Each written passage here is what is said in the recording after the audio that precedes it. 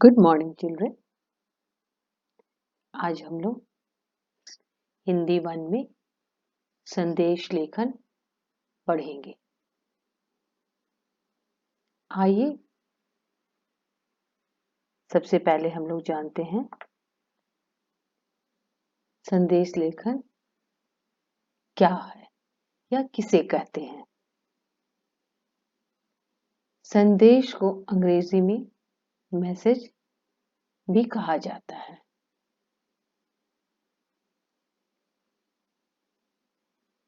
संदेश शब्द की उत्पत्ति संस्कृत से मानी गई है, जिसका अर्थ है खबर या समाचार प्राप्त करना। जब कोई व्यक्ति किसी कारणवश किसी दूसरे व्यक्ति से सीधे बात नहीं कर सकता है, तब वह कोई जानकारी या समाचार या खबर संदेश के जरिए दूसरे व्यक्ति तक पहुंचाता है। संदेश किसी व्यक्ति विशेष या किसी समूह द्वारा किसी व्यक्ति विशेष या समूह को दिया जाता है। ये संदेश लिखित या मौखिक दोनों हो सकते हैं।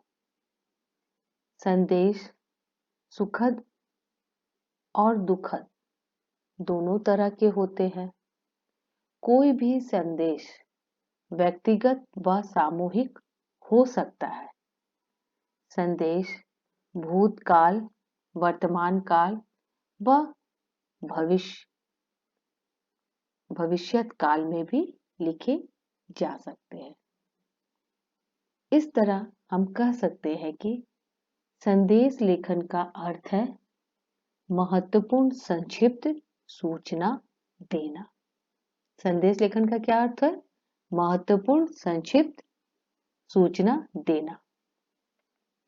किसी व्यक्ति विशेष या समूह द्वारा किसी व्यक्ति को या समूह को बताई जाने वाली अभिप्रेरित बात या महत्वपूर्ण संक्षिप्त सूचना को संदेश कहते हैं।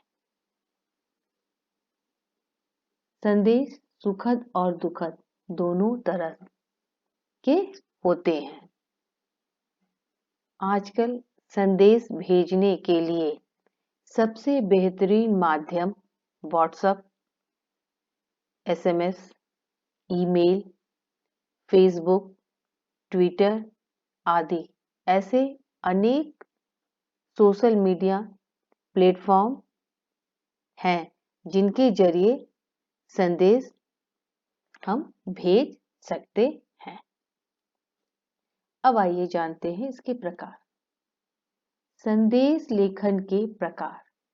संदेश लेखन के सामान्यतः 2 प्रकार होते हैं। पहला औपचारिक संदेश, दूसरा अनौपचारिक संदेश। अब औपचारिक संदेश किसे कहते हैं? ऐसे संदेश जो कार्यालयी उद्देश्य को ध्यान में रखकर किसी कार्यालय के अधिकारी आदि को लिखे जाते हैं। ये किसे लिखे जाते हैं? कार्यालय के अधिकारी को। ये औपचारिक संदेश कहलाते हैं। जैसे बैंक, किसी कंपनी में, मोबाइल, व्यापार संबंधित। तो इस तरह के संदेश को हम लोग क्या कहते हैं? औपचारिक संदेश। दूसरा है अनौपचारिक संदेश। ऐसे संदेश जो अपने सगे संबंधी या मित्र को लिखे जाते हैं, वे अनौपचारिक संदेश कहलाते हैं। जो संदेश अपने मित्र, सगे संबंधियों को लिखे जाते हैं, वो अनौपचारिक कहलाते हैं। और जो ऑफिशियल लेटर व कार्यालयी उद्देश्य को ध्यान में रखकर जो संदेश लिखे जाते हैं, वे औपचारिक संदेश कहलाते हैं। अब और अनौपचारिक में देखिए क्या क्या होता है। सालगिरह आदि के अवसर पर अपने मित्रों या रिश्तेदारों को शुभकामना संदेश लिखना, ये क्या है? अनौपचारिक संदेश। तो इस तरह हम लोगों ने क्या देखा कि औपचारिक संदेश कार्यालय उद्देश्य के लिए लिखे जाते हैं और अनौपचारिक अपने सगे संबंधी या मित्रों को लिखे जाते हैं। पाठ्यक्रम में मुख्यतः अनौपचारिक संदेशों को शामिल किया गया है। जो आपके सीबीएसई के पाठ्यक्रम है उसमें अनौपचारिक संदेश को शामिल किया गया है।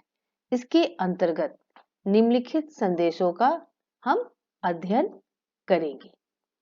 पहला उसमें क्या है? शुभकामना संदेश।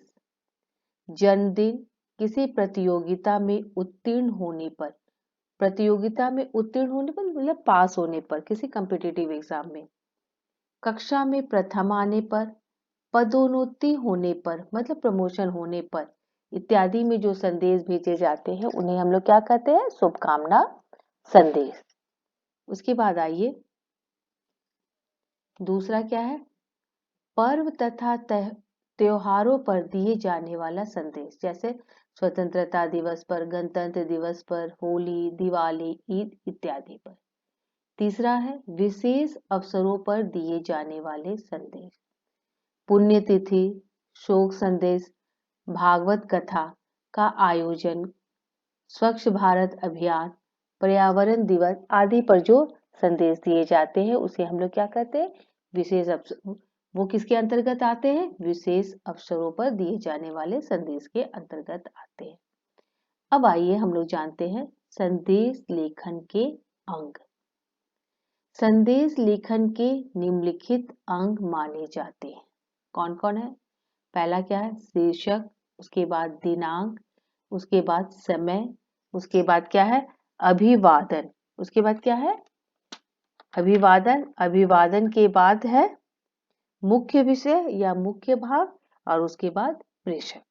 तो अब आइए हम लोग एक एक कर इसे समझते हैं। संदेश लेखन के अंग में पहला अंग क्या है? शीर्षक। संदेश लेखन में शीर्षक का महत्वपूर्ण स्थान है।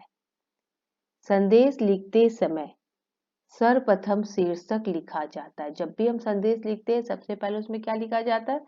शीर्षक, उसकी हेडिंग लिखी जाती है। शीर्षक सरल तथा संक्षिप्त होना चाहिए, जैसे जन्म दिवस पर शुभकामना संदेश। अगर हम कोई लिख रहे जन्म दिवस पर किसी को भेज रहे शुभकामना तो हम सबसे पहले ऊपर शीर्षक क्या देंगे?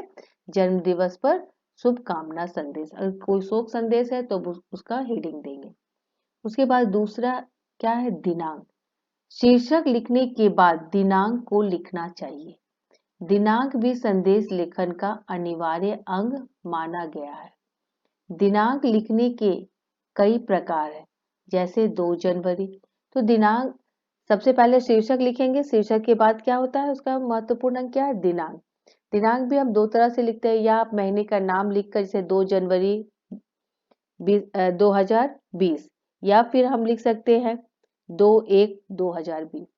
तो इस तरह हम दिनांक लिखेंगे। दिनांक लिखने के बाद फिर हम समय लिखेंगे। इसका तीसरा महत्वपूर्ण अंक क्या है? समय। दिनांक के बाद समय लिखा जाता है। जिस समय संदेश लिखा जाता है उसी समय का वर्णन किया जाता है, जैसे प्रातः 6 बजे या शाम 4 बजे या रात्रि के समय। जब हम संदेश लिखते हैं तो उस समय का हम समय उसमें लिखेंगे। उसके बाद अभिवादन। अभिवादन का अर्थ है श्रद्धा पूर्वक किया जाने वाला नमस्कार या वंदना। जिसको संदेश लिखा जा रहा है उसके प्रति संबंध के अनुसार ही समुचित अभिवादन का प्रयोग करना चाहिए। जिसे हम संदेश लिख रहे हैं तो उनके प्रति संबंध के अनुसार ही हमें क्या करना चाहिए? अभिवादन का प्रयोग करना चाहिए। जैसे प्रिय मित्र, अगर मित्र है तो, अगर पिताजी है तो आदरणीय पिताजी, श्रद्धेय चाचा जी इत्यादि। उसके बाद है मुख्य भाग या विषय वस्तु। संदेश लेखन में मुख्य भाग में विषय का विस्तार किया जाता है तथा कम शब्दों में अपनी बात पूर्ण की जाती है।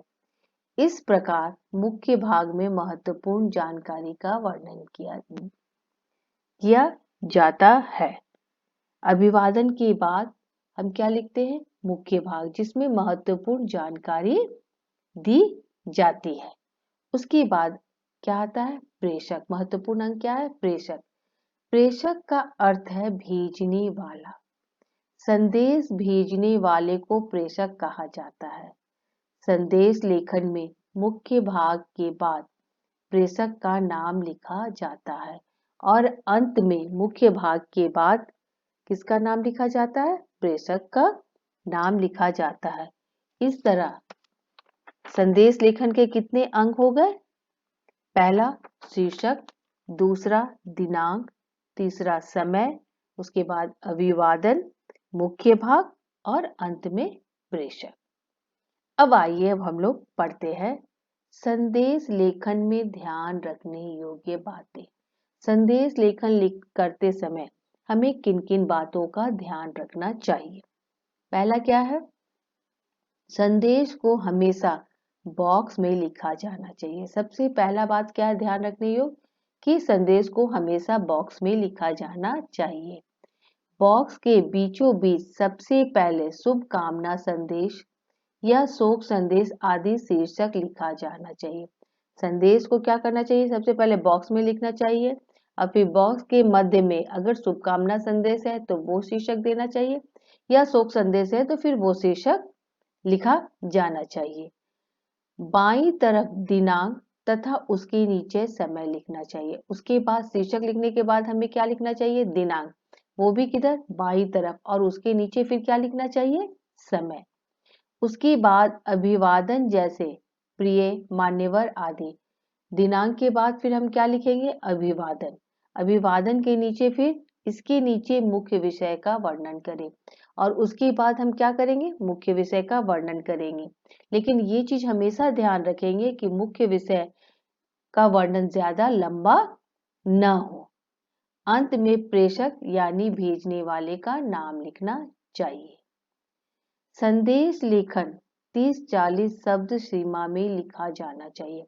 संदेश लेखन क्या होना चाहिए? संक्षिप्त होना चाहिए। इसे 30-40 शब्दों की शब्द सीमा के अंदर ही लिखना चाहिए। शब्द चयन ऐसा होना चाहिए जो सरल, संक्षिप्त तथा सारगर्भित हो, अर्थात मुख्य भाव को कम से कम शब्दों में प्रस्तुत कर सके। और संदेश लेखन कैसा होना चाहिए? कम से कम शब्दों में होना चाहिए और मुख्य भाव को प्रस्तुत करते हुए होना चाहिए। इसमें विषय अनुकूल चित्रों का समावेश भी किया जा सकता है। इसमें जरूरत पड़ने पर चित्रों का भी प्रयोग किया जा सकता है। उसके बाद देखिए, विषय अनुकूल किसी दोहे, श्लोक, नारे आदि का प्रयोग भी कर सकते हैं। विषय के अनुकूल संदेश लेखन में दोहे, नारे, श्लोक का भी प्रयोग कर सकते हैं। इनके प्रयोग से संदेश का विषय आकर्षक बन जाता है। दोहे, श्लोक, नारे आदि के प्रयोग से संदेश लेखन क्या बन जाता है? आकर्षक बन जाता है। अब आइए इसे हम लोग कुछ उदाहरण द्वारा समझते हैं। देखिए, संदेश लेखन का प्रारूप। अपने मित्र को जन्मदिन पर शुभकामना संदेश भेजना है। तो अभी हमने संदेश लेखन की मुख्य बातों में या ध्यान देने योग्य बातों में हम लोगों ने सबसे पहले क्या पढ़ा था? कि संदेश लेखन को बॉक्स में लिखा जाना चाहिए। तो हम लोग सबसे पहले एक बॉक्स बनाएंगे, फिर उसके मध्य में शीर्षक, जन्म दिवस पर शुभकामना संदेश, वो लिखेंगे। शीर्षक के बाद हम लोग फिर क्या लिखेंगे? दिनांक लिखेंगे बाईं तरफ, फिर उसके नीचे समय लिखेंगे 11 बजे प्रातः। उसके बाद अभिवादन, समय के बाद हम लोग क्या लिखेंगे? अभिवादन, प्रिय मित्र राम, क्योंकि मित्र को भेजना है। उसके बाद विषय वस्तु या मुख्य भाग, तो क्या लिखेंगे उसमें? तुम्हें जन्म दिवस की हार्दिक शुभकामनाएं। चूंकि जन्मदिन पर हम शुभकामना संदेश भेज रहे हैं, इसलिए हम क्या लिखेंगे? तुम्हें दिवस की हार्दिक शुभकामनाएं। तुम हमेशा स्वस्थ तथा आनंद से रहो तथा जीवन में प्रगति करते हुए उन्नति के शिखर छुओ। तुम्हारे जन्मदिन के अवसर पर मैं ईश्वर से यही प्रार्थना करता हूँ कि तुम सुखी और दीर्घायु बनो। नीचे फिर क्या लिखना है, प्रेषक भेजने वाले का।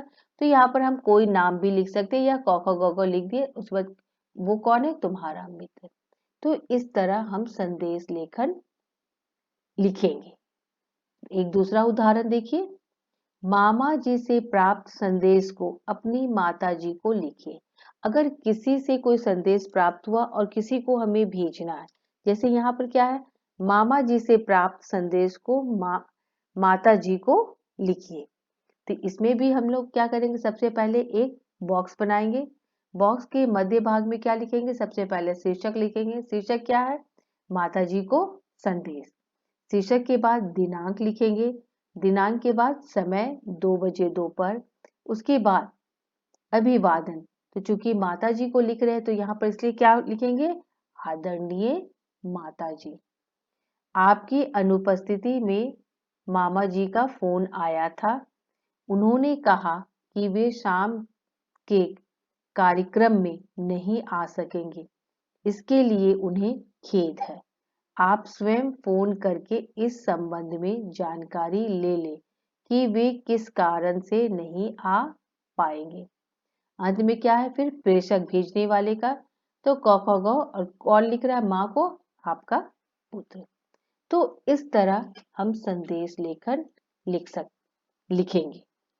एक उदाहरण, दो उदाहरण के द्वारा मुझे उम्मीद है कि आपको समझ में आ गया होगा।